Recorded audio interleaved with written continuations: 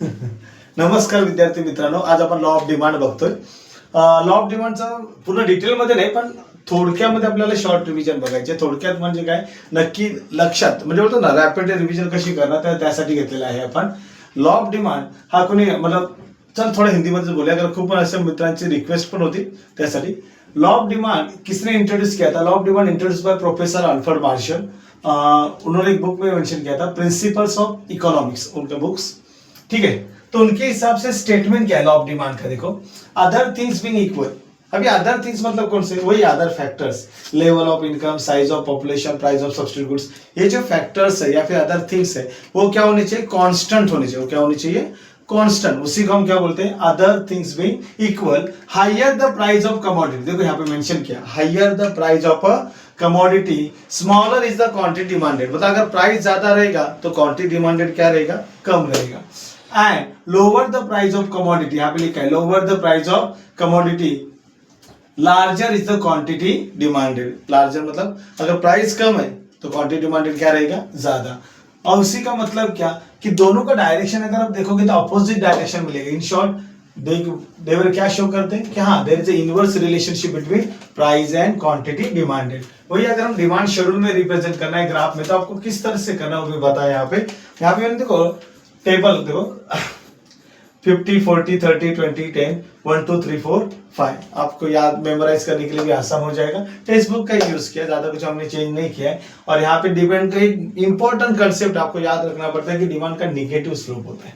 मतलब डिमांड का मूवमेंट जो है downward from left to right towards x axis. Towards what? X axis. Right है. फिर आता है हमारा अजम्पशन. अजम्पशन मतलब कंडीशन. अगर हम कंडीशन फुलफिल करते तो ही हमारा लॉ ट्रू है. करेक्ट, अदरवाइज वो लॉ ट्रू नहीं. मतलब ये लॉ हमारा किस पे बेस है? एजम्पशन पे बेस है. ठीक है. पहला कौन सा? लेवल ऑफ इनकम है. दूसरा साइज ऑफ पॉपुलेशन है. प्राइस ऑफ सब्स्टिट्यूट गुड्स है. प्राइस ऑफ कॉम्प्लीमेंट्री गुड्स है.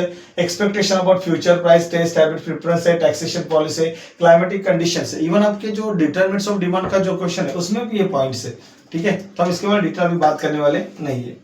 इट इज हाँ, अगर कुछ भी नहीं आया, खाली आपको एजम्पशन लिखना है एक एक लाइन में, तो आप एक सेंटेंस का यूज कर सकते हो. शॉर्टकट सेंटेंस दिया है, it is assume that there is a no change in. यहाँ पे क्या करना है? आपको पॉइंट का नाम डालना है during the operation of law of demand. Example के लिए हम लेवल ऑफ इनकम ले लेते हैं. It is assume that there is a no change in level of income during the operation of law of demand. आप इस तरह से कंसेप्ट को यूज कर सकते हो. हाँ, अगर 8 मार्क के लिए आपको क्वेश्चन पूछा गया एजम्पशन करके, explain the law of demand with its assumption, तो आपको डिटरमिनेंट का जो एक्सप्लेनेशन था वो थोड़ा लिखना पड़ेगा. उसके बाद एंडिंग में लाइन लिखो हर एक पॉइंट में. ठीक है. फिर हम आते हैं एक्सेप्शन में. एक्सेप्शन मतलब क्या है कि लॉ हमारा क्या कहता है कि अगर प्राइस राइज हो रहा है तो डिमांड क्या हो रहा है? फॉल हो रहा है.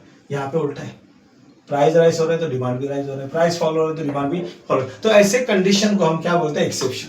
इसमें देखो टोटल 6 पॉइंट्स है. पहला कौन सा? Giffen goods. इसको हम गिफन पैराडॉक्स भी बोलते हैं, क्योंकि टेंडेंसी जो है किसने ऑब्जर्व किया था? सर रॉबर्ट गिफन ने इंग्लैंड में ऑब्जर्व किया था. ब्रेड के बारे में वो कंडीशन था. अगर आप टेक्स्ट बुक में प्रिपेयर करोगे तो भी चलेगा. प्रेस्टीज गुड्स मतलब जो भी आपके बंगलो है, कार वगैरह, वो सब प्रेस्टीज गुड्स. उसके लिए भी ये क्या एक्सेप्शन कैसे? क्योंकि वहां पे प्राइस बढ़ेगा तो डिमांड ज्यादा होता है. प्राइस रिलेशन है. प्राइस रिलेशन मतलब बिलीव करते हैं ना, हायर द प्राइस मतलब बेटर क्वालिटी गुड्स. तो हम भी क्या करेंगे? अच्छा चाहिए तो प्राइस भी ज्यादा पे कर लेते हैं. इग्नोरेंस, मार्केट का नॉलेज नहीं रहेगा तो भी हम क्या करते हैं? प्राइस हाई पे कर लेते हैं. हैबिचुअल गुड्स है. हैबिचुअल गुड्स मतलब कौन से? टोबैको है, सिगरेट है, वाइन है. राइट, ये सब हैबिचुअल गुड्स है. इनका प्राइस कितना भी बढ़ने तो डिमांड होता बढ़ते रहेगा. फ्यूचर एक्सपेक्टेशन है. तो ये सारे के आपके एक्सेप्शन है. और लास्ट में आपको ध्यान रखना है, लॉ ऑफ डिमांड को एक्सेप्शनल डिमांड को ड्रॉ करना है. उसके बिना आपका एक्सेप्शन का आंसर कंप्लीट नहीं होता. क्लियर? आप इसको चाहे तो स्क्रीनशॉट ले सकते हो. थोड़ा सा मैं साइड हो जाता हूँ. ठीक है.